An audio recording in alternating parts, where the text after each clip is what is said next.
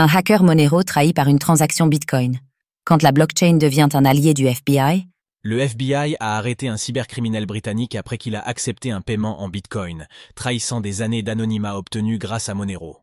Cette affaire souligne l'efficacité de la traçabilité de Bitcoin, souvent sous-estimée, dans un contexte où les régulations crypto deviennent de plus en plus controversées.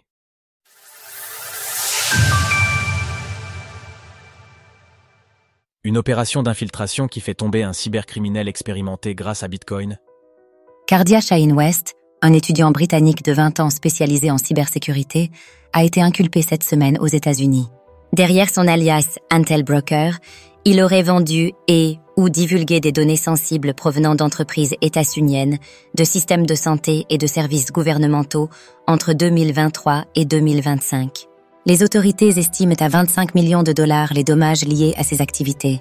Extrait de la plainte de Cardia Shahin West.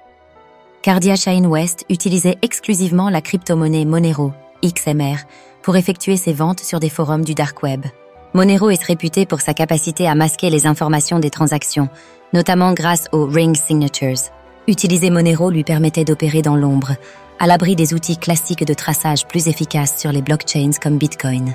Mais tout a changé au mois de janvier 2023, lorsqu'un agent du FBI se faisant passer pour un acheteur intéressé a réussi à lui proposer un paiement de 250 $ en Bitcoin.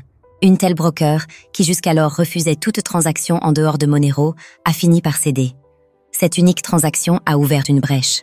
West aurait fait l'erreur de partager une adresse déjà utilisée qui avait été alimentée par un autre portefeuille, lui-même connecté à un compte sur la plateforme Ramp, un service d'achat de crypto qui exige une vérification d'identité.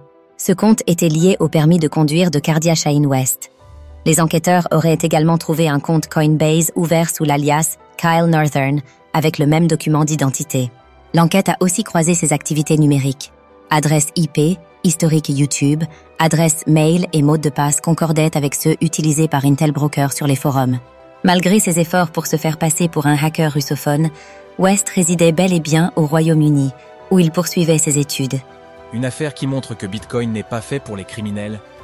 L'affaire Intel Broker met en lumière la puissance de la traçabilité offerte par Bitcoin. Contrairement aux idées reçues, la blockchain Bitcoin est publique et toute transaction peut être analysée. Ce sont justement ces traces qui ont permis au FBI d'identifier le hacker après un unique paiement en BTC. Mais cette transparence est souvent ignorée et mise de côté par de nombreux politiques pour justifier des régulations toujours plus strictes. Or, selon Chainalysis, seulement 0,14% des transactions crypto étaient illicites en 2024. À titre de comparaison, avec les monnaies fiduciaires, c'est 3 à 5% du PIB mondial qui est impliqué dans des activités illégales chaque année, selon l'ONU. Les mesures de surveillance imposées aux plateformes d'échange de crypto-monnaies, comme le KYC, exposent les utilisateurs à des risques majeurs. Fuite de données, usurpation d'identité, voire violence physique. En France, 8 enlèvements ont visé en 2025 des figures du secteur crypto, dont les données auraient été compromises. Sous prétexte de lutter contre le crime, on affaiblit une alternative monétaire transparente et vérifiable, au détriment de la souveraineté individuelle. Ce paradoxe soulève une question essentielle. Bitcoin est-il un outil de liberté ou une victime de la répression mise en place par nos gouvernements? Retrouvez toutes les actualités crypto sur le site cryptost.fr.